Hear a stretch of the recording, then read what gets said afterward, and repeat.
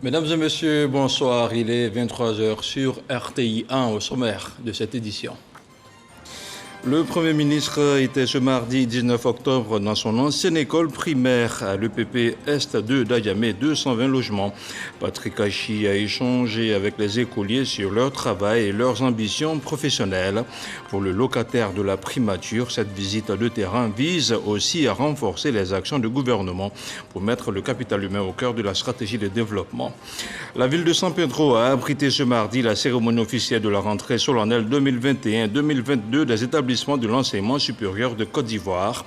Le ministre Adama Diawara a donné le coup d'envoi. Il a engagé la communauté universitaire à travailler à l'émergence et la pérennisation d'un climat social apaisé. Et puis la première session de la grande commission mixte de la coopération Côte d'Ivoire-Afrique du Sud s'est ouverte à Abidjan aujourd'hui même. La rencontre qui dure 3 jours réunit 2 délégations d'experts ivoiriens et sud-africains. Les 2 parties vont plancher sur les principaux axes de coopération dans plusieurs domaines. Voilà pour les titres. Bonsoir et merci de suivre RTI 1. Dans la vie, avec l'effort, le travail, la constance et la résilience, tout est possible. Ce sont des propos de Patrick Hachi. Le Premier ministre était ce mardi au groupe scolaire d'Ayamé, 6 ou 220 logements. Le chef du gouvernement est allé encourager les élèves au travail et à la culture de l'excellence. Patrick Hachi a aussi procédé à plusieurs dons de tables à bancs et de kits scolaires. Les temps forts de son retour dans le passé avec Alexis Ouetraogo. Jour de classe ordinaire ce mardi au groupe scolaire d'Adjamé, 6 ou 220 logements. Du moins jusqu'à l'arrivée à la mi-journée d'un ancien élève, aujourd'hui Premier ministre. Patrick Hachi, à ses côtés son voisin de l'époque, le ministre-gouverneur Moussa Dosso, replonge dans ces salles de classe où il y a 60 ans, il traçait son chemin. Un parcours encore bien conservé dans les archives de l'école. Échange avec les élèves, retrouvailles chaleureuses de certains promotionnaires. Patrick Hachi, petit métis. Moi, c'est comme ça que je l'appelais, petit métis, parce qu'il était timide. Alors nous, notre groupe, là, nos sœurs, là, on vient, quand il est assis comme ça, moi, les récréations surtout, on les taquine et puis, c'est un bon travailleur. Qu'il continue dans ses œuvres. Et les plus édifiés par cette visite restent bien sûr les jeunes élèves. Ça me fait rêver que moi aussi je peux devenir ministre. Je suis contente pour qu'il est venu, je suis très heureuse. Et je dis merci à le Premier ministre pour tout ce qu'il a fait pour nous. Je pense que plus tard, je serai ministre. Pour la ministre de l'Éducation nationale, il y a dans ce geste un message fort. Le Premier ministre, par le travail, par la persévérance, par le courage, a pu arriver là où il est. Les débuts sont peut-être difficiles parfois, mais on ne doit pas abdiquer parce que le bonheur peut être devant et c'est le cas de Monsieur le Premier ministre dont nous sommes si fiers pour la Côte d'Ivoire. Effort, travail, constance, résilience, autant de valeurs que prône le chef du gouvernement. Qui l'eût cru que quelque part ici, il y a 60 ans, perdu à Adjamé Est 2, aurait émergé d'une même classe 2 ministres et un Premier ministre. Personne. Ça veut dire que pour ces enfants-là, nous sommes venus leur dire, si vous nous voyez, c'est que pour vous, tout cela est également possible. D'où que vous partiez, vous pouvez arriver au niveau le plus élevé. Et le gouvernement entend renforcer son action ces prochaines années en mettant le capital humain au cœur de sa stratégie de développement. Le sentiment que nous avons quand nous arrivons ici et que nous voyons ces enfants-là, c'est de nous dire qu'à notre tour, aujourd'hui, il nous revient de faire en sorte que pour eux, demain soit meilleur qu'aujourd'hui. Patrick Hachi a aussi procédé à plusieurs dons, 315 tables bancs et 400 kits scolaires. Un enseignement supérieur, apaisé et de qualité, c'est l'objectif du gouvernement ivoirien que va tenter de matérialiser le ministre Adama Diawara et son équipe. Il a procédé ce mardi depuis la cité insulaire de San Pedro au lancement de la rentrée solennelle 2021-2022 des établissements de l'enseignement supérieur de Côte d'Ivoire. Un lancement officiel à l'université de San Pedro, la dernière née, qui va accueillir dans un premier temps 450 étudiants. Des étudiants qui vont vont suivre des cours dans 4 unités de formation et de recherche. C'est une correspondance de Sam Conan. Université de San Pedro. L'amphithéâtre de 500 places pris d'assaut par le corps préfectoral, les présidents d'universités publiques, les partenaires au développement, les enseignants, la chefferie traditionnelle et bien sûr par les étudiants. Le ministre Adama Diawara Antouj fait son entrée. Nous sommes à la cérémonie de lancement de la rentrée solennelle 2021-2022 des établissements de l'enseignement supérieur du Côte d'Ivoire, doublé du lancement des activités académiques de l'Université de San Pedro. Nous attendons de celles qui nous ont précédés sur le difficile et exaltant sentier de la formation académique et de la recherche scientifique un appui constant. L'Université de San Pedro, naissante, qui nous accueille ce jour, est une université ouverte sur l'océan et le développement durable. Pour cette année universitaire, 2 thématiques. La première, un enseignement supérieur apaisé. Et la deuxième thématique sur laquelle est placée cette rentrée universitaire, c'est un enseignement supérieur de qualité. Qualité en termes de rendement interne, donc avec des taux de réussite qui sont assez acceptables, qui sont assez élevés. Et ensuite, de qualité au niveau adéquation formation-emploi, pour faire en sorte que les sortants du système diplômés et pas puissent trouver un emploi de façon, j'aurais dit, facile sur le marché de l'emploi. Les premiers cours magistraux ont été donnés à cet effet par les professeurs Saliou Touré et Adama Diawara. 450 étudiants sont affectés à l'Université de San Pedro pour la première phase sur 4 prévues. En attendant la fin des travaux de construction des cités, des solutions pour le logement des étudiants ont été trouvées. En attendant, nous avons trouvé à l'internat du lycée professionnel de San Pedro la possibilité de loger 200 étudiants. Avec le concours du maire de la ville de San Pedro, nous avons eu un certain nombre de lits qui vont s'ajouter aux 200.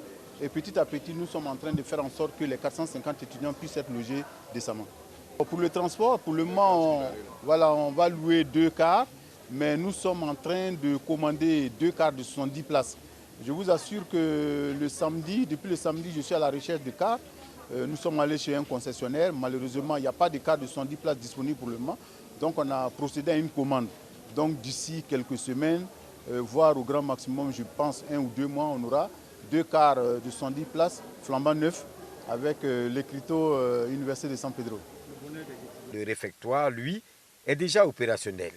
À terme, ce sont 20 000 étudiants répartis dans 4 unités de formation et de recherche, à savoir l'UFR Agriculture, Ressources halieutiques et Agro-industrie, UFR Sciences de la mer, UFR Logistique, Tourisme, Hôtellerie et Restauration et UFR Sciences de la santé.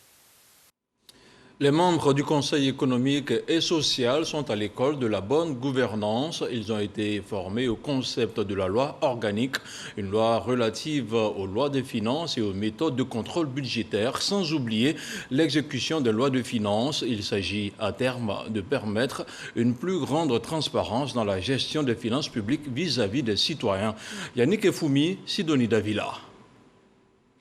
Membres de l'administration du CESEC, conseillers économiques, tous sont formés au concept de la loi organique relative aux lois de finances et aux méthodes de contrôle du budget et de l'exécution des lois de finances. L'Union européenne, partenaire au développement de l'institution, à travers son représentant Pascal Mounier, participe activement à cette formation. J'interviens ici pour appuyer le Conseil dans un renforcement des capacités. Alors, essentiellement des modules relatifs à ce qui concerne la transparence et contrôle budgétaire tels qu'ils sont définis par les 2 lois organiques qui ont été adoptées en 2014 par le Parlement ivoirien. À la fin de ce séminaire de renforcement des capacités des membres de l'administration du CESEC ainsi que les conseillers économiques, au nombre de 100, seront à même d'exercer un contrôle efficace de la bonne exécution du budget. Pour le rôle que joue le Conseil économique et social, qui émet des avis au président de la République, au président de l'Assemblée nationale et au président du Sénat, il est du devoir des experts qui y sont, qui y participent, que nous ayons la même lecture de comment le budget se conçoit, comment le budget fonctionne et comment le budget se réalise. Pour le président Eugène Akawele, ce programme s'inscrit dans la vision du président de la République, Alassane Ouattara. Améliorer la qualité de la gouvernance financière et assainir la gestion des organes publics.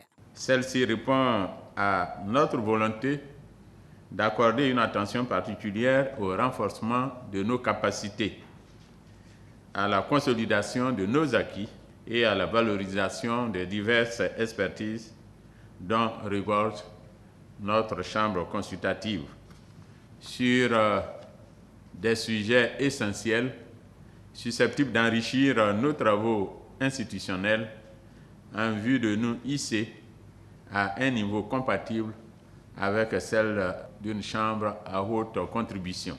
Ouvert officiellement ce mardi par le président du SESEC, Eugène Akawele, ce séminaire prend fin le 26 octobre prochain.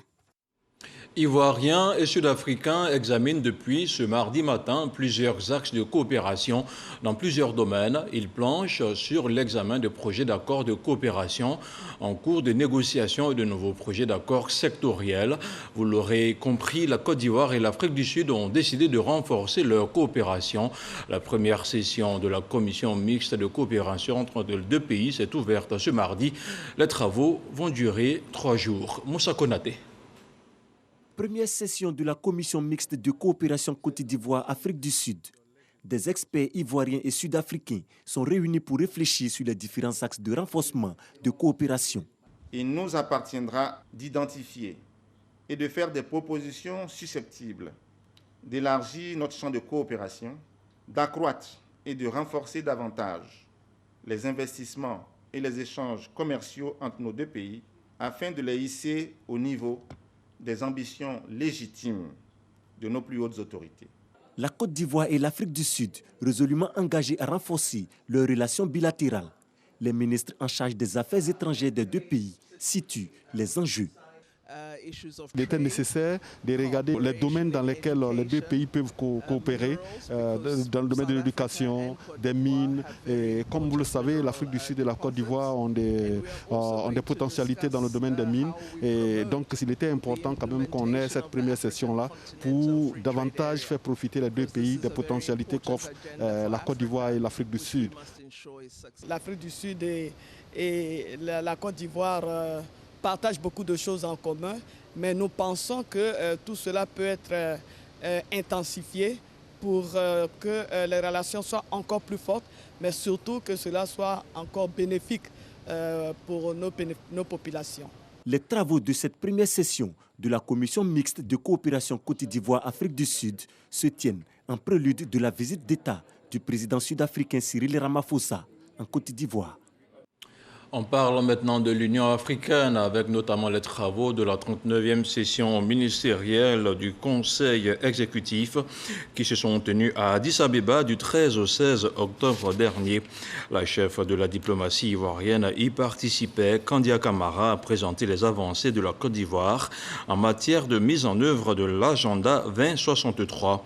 Elle a, au nom de la Côte d'Ivoire, pris l'engagement d'œuvrer de concert avec la Commission et les parties prenantes à la mise en œuvre du plan d'action, notamment celui qui renforce le capital humain pour un développement durable sur le continent africain. Et ici à Abidjan, la Cour de justice de la CEDEAO tient une audience hors siège depuis quelques jours. Sinon, pendant quelques jours, elle va examiner plusieurs dizaines d'affaires, dont la plupart sont des cas de violation des droits de l'homme, des violations commises par quelques États membres de la CEDEAO.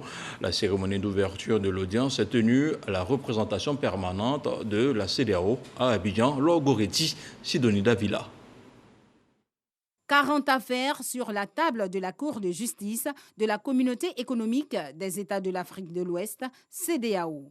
En audience, hors siège à Abidjan, les juges de l'institution vont siéger sur les différents cas, dont la plupart concernent les violations des droits de l'homme dans les différents États membres de la CEDEAO. Il est de devoir de la Cour de visiter les citoyens de la communauté.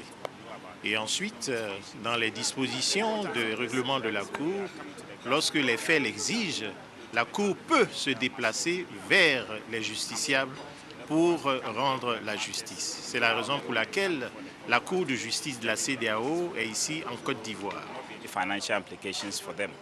En 5 ans, c'est la 2e fois que la Côte d'Ivoire accueille une audience de la Cour de justice de la CEDEAO, une audience de l'institution hors de son siège à Abuja, au Nigeria. L'exercice est de rapprocher la justice du justiciable, également de mieux faire connaître l'institution. Le Conseil national des droits de l'homme, CNDH, a été comme aujourd'hui associé à cette initiative. Nous avons salué aussi bien la pertinence que l'opportunité. Nous avons marqué notre adhésion et notre engagement à accompagner la Cour dans le cadre d'une interaction dynamique. Depuis lors, les opportunités de coopération n'ont pas manqué. La Cour va examiner plusieurs affaires. Ce que je puis affirmer ici, il y a 8 affaires concernant la Côte d'Ivoire et nous aurons également à rendre 2 décisions. Depuis la création de la Cour de justice de la CEDEAO, ce sont 552 requêtes introductives d'instances qui ont été portées devant l'institution. Au total, 1191 audiences tenues à ce jour. Et je vous donne à présent lecture de ce communiqué du ministère d'État, ministère de la Défense. Dans la matinée du mardi 19 octobre 2021, aux environs de 8h30, un tireur embusqué a ouvert le feu sur un poste d'observation des forces armées de Côte d'Ivoire, situé à 1 km au nord-est de Téini, faisant un blessé léger au sein des hommes de faction.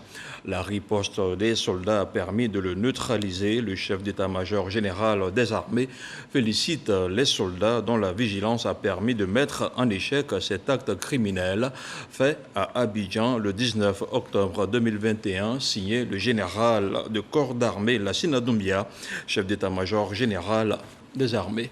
On fait maintenant le point de la situation de la Covid-19.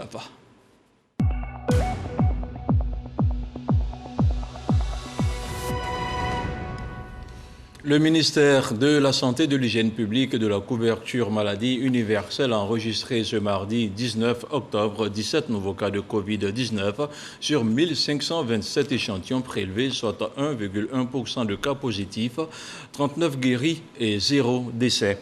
À la date du 19 octobre, la Côte d'Ivoire compte donc 61 089 cas confirmés, dont 59 574 personnes guéries, 685 décès et 830 cas actifs. Le nombre total d'échantillons est d'1 064 416. Le 18 octobre, 15 721 doses de vaccins ont été administrées, soit à un total de 2 921 400 doses du 1er mars au 18 octobre. Le ministre de la Santé, de l'Hygiène publique et de la couverture maladie universelle invite toutes les personnes de plus de 18 ans à se faire vacciner dans les centres dédiés. Il rappelle que la vaccination contre la Covid-19 est gratuite et volontaire.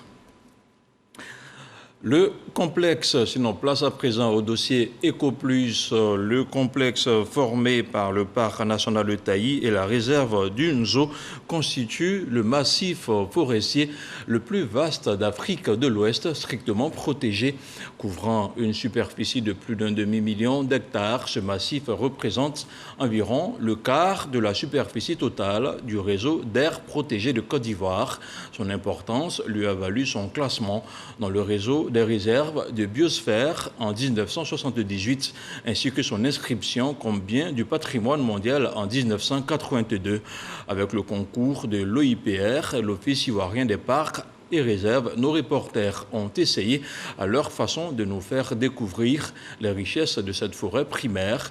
Le dossier EcoPlus de ce mardi, c'est une idée de Jean-Luc Bangbo.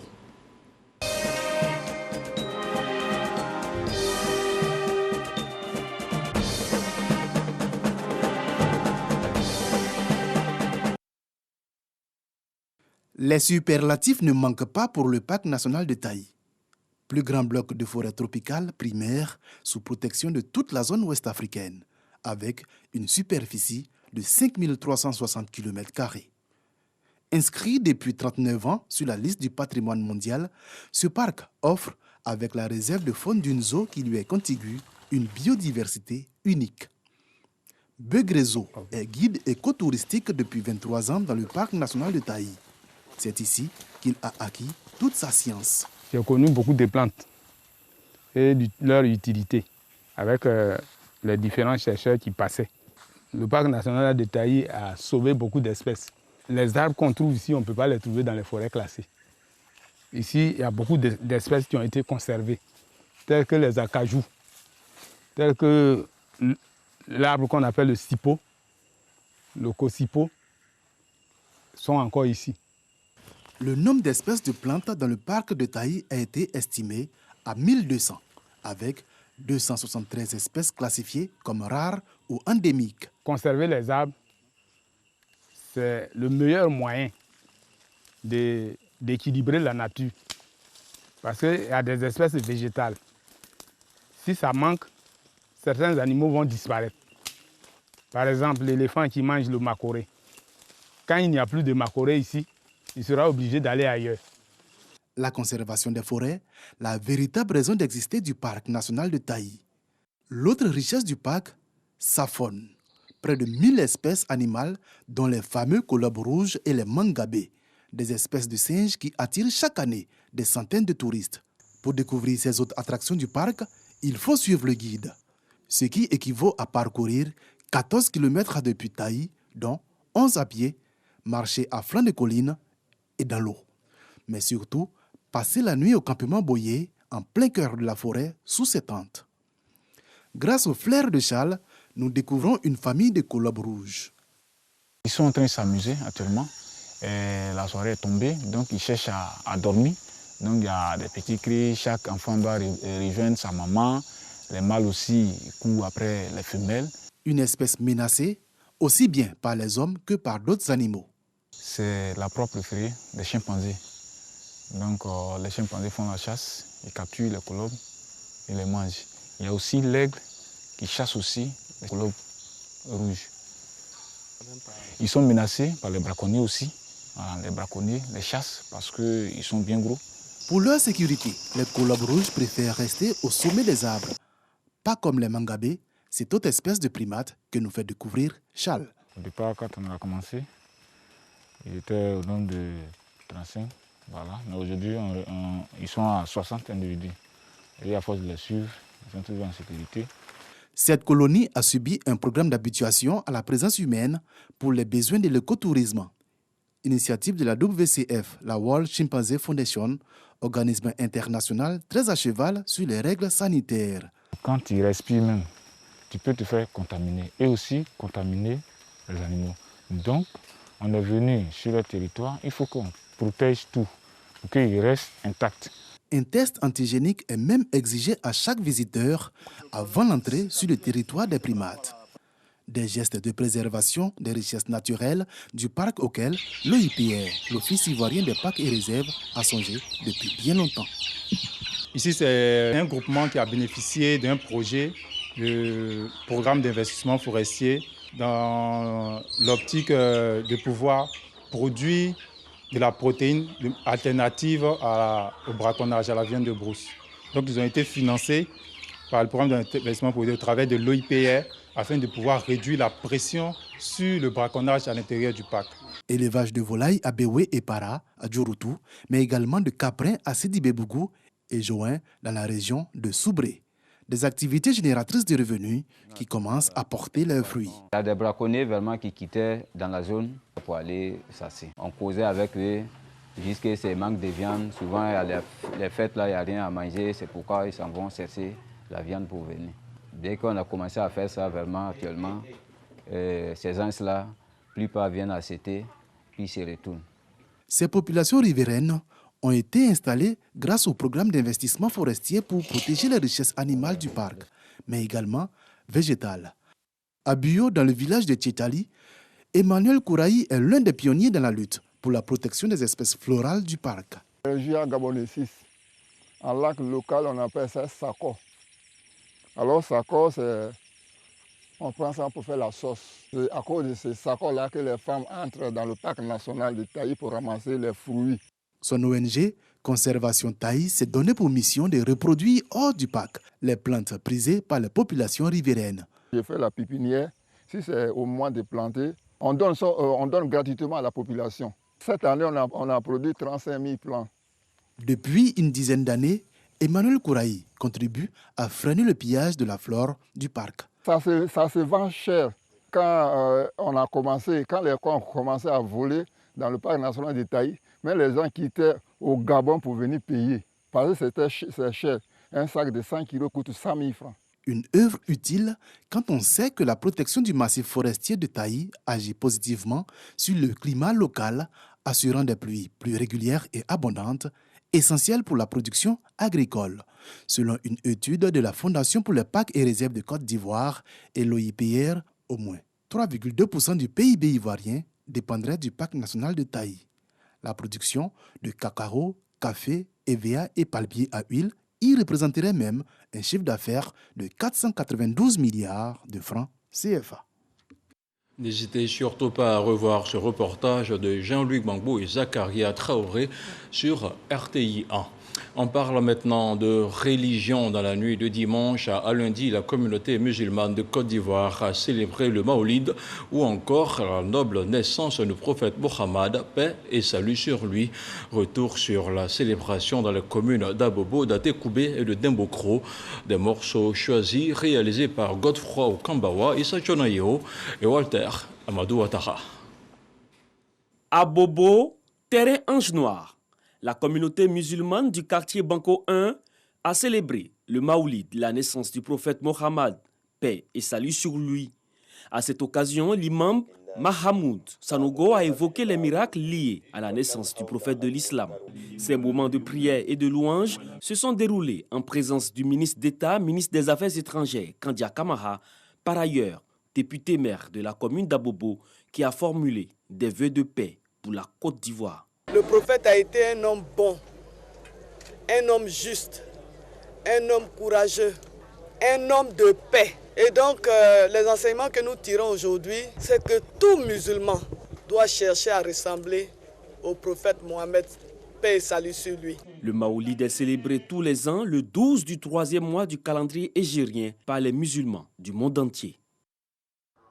La Zaïwa Atekoubé du cheikh Aboubakar Diabaté, à l'instar des autres communautés musulmanes, a célébré la nuit du Maouloud, marquant le jour de naissance du prophète Mohammed en présence du ministre Paulin Claude Danhou, député maire de la commune d'Atekoubé. Le cheikh Aboubakar Diabaté a entretenu ses fidèles sur la célébration du jour, avant de donner le sens de la dévotion entretenue autour du Maouloud. Chaque année, lorsque la date de sa naissance arrive, nous essayons de parler de lui aux musulmans parce que c'est un grand homme qui rafferme beaucoup de vertus. Nous sommes aux côtés de la communauté musulmane pour célébrer des valeurs, pour une introspection, une formation, pour un moment de partage nécessaire aujourd'hui pour construire une Côte d'Ivoire de paix, une Côte d'Ivoire de fraternité. Le ministre Adama Coulibaly, ministre de l'économie et des finances, a passé cette nuit commémorative à Dembokro. Il a demandé à Dieu de permettre à chaque musulman de bénéficier des bienfaits et des bénédictions de cette nuit spirituelle. Les prêches qui sont faites sont des prêches pleins de sens, de profondeur et des messages assez puissants sur la vie de l'islam, sur la vie du prophète, en l'occurrence une vie de simplicité, une vie d'humilité, une vie de grande disponibilité pour tous. Toute la nuit, des chants, des cantiques et des louanges ont été dits à la gloire d'Allah et au dernier de ses messagers. Le bâtisseur, c'est l'intitulé de l'œuvre d'un jeune artiste peintre qui a décidé de rendre hommage au chef de l'État, le président Alassane Ouattara. Richemont Théé, c'est son nom, réalise ses œuvres avec du matériau de recyclage et des sachets. Je vous propose d'aller à sa découverte dans ce reportage réalisé par Serge Pacom Didi et Serge Coléa. Le bâtisseur, c'est le titre de l'œuvre artistique en hommage au président de la République, Alassane Ouattara. L'auteur s'appelle Théé Richemont, jeune étudiant en Master 2 de peinture à l'INSAC, âgé de 24 ans.